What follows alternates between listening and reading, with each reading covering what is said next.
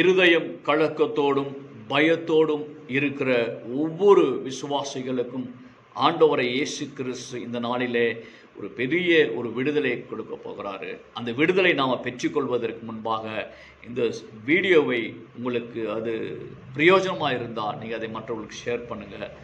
Subscribe செய்யலைன்னா நீங்கள் அதை சப்ஸ்கிரைப் பண்ணுங்கள். ஆண்டவரை இயேசு கிறிஸ்து நம்மிடம் விரும்புகிற ஒரு காரியம் உங்கள் இருதயம் கலங்காமலும் பயப்படாமல் இருப்பதாக என்று கர்த்தர் நமக்கு சொல்றாரு. அப்படி நம்முடைய இருதயம் கலங்காமலும் பயப்படாமல் இருக்க வேண்டும் என்றால், அப்படியானால் கர்த்தர் அதுக்கான ஒரு காரியத்தை, ஒரு சொல்யூஷனை ஆண்டவரை இயேசு கிறிஸ்து இந்த உலகத்திலே வைத்திருக்கிறாரு. அந்த சொல்யூஷன் என்ன?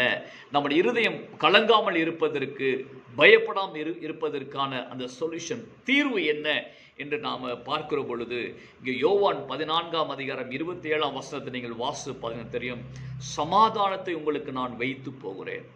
இந்த வசனத்தை நீங்கள் வாசிக்கிற பொழுது அவர் இன்னொரு வாசகம், என்னுடைய சமாதானத்தை உங்களுக்கு கொடுக்கிறேன், உலகம் கொடுக்கிற பிரகாரமாய் நான் உங்களுக்கு கொடுக்கிறதில்லை. So there is a peace in the world and there is a peace in Jesus Christ. So ஆண்டவரை இயேசு கிறிஸ்துவிடத்தில் ஒரு சமாதானம் இருக்கிறது, அதே இந்த உலகத்திலே ஒரு சமாதானம் இருக்கு. உலகத்தில் இருக்கிற சமாதானம் தட் இஸ் டெம்பரவரி.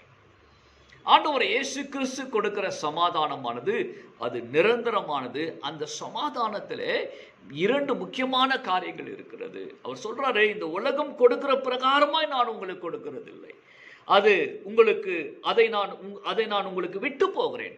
அந்த சமாதானத்தை நமக்குள்ள கர்த்தர் நம்ம கொடுக்கிற பொழுது, ஆண்டவரை இயேசு கிறிஸ்து சமாதானம் உங்களுக்குள்ள இருக்கிற பொழுது உங்கள் இருதயம் கலங்காமல் இருக்கும். நம்பர் 1. இரண்டாவது, உங்களுக்கு பயம் இருக்காது. இதை நம்ம எப்படி பெற்றுக்கொள்வது?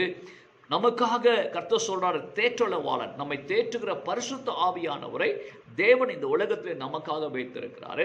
அந்த பரிசுத்த ஆவியானவர் அவருடைய அன்பை உங்களுக்குள் பொழிகிற பொழுது, அந்த அன்பிலே தேவனுடைய பலன் இருக்கிறது, தேவனுடைய ஞானம் இருக்கிறது, தேவனுடைய வழிநடத்தல் இருக்கிறது. அதன் வழியாய் அவர் நம்மை பலப்படுத்துகிறார் இருக்கிறார். ஏன் தெரியுமா? எப்படி நம்மளால நம்மை பலப்படுத்த முடியும்? கர்த்தர் சொல்றாரு, உலகத்தை நான் ஜெயித்தேன். அந்த உலகத்தை ஜெயித்த அந்த சமாதானம் இன்றைக்கு தேவன் உங்களுக்கு கொடுக்கிறாரு.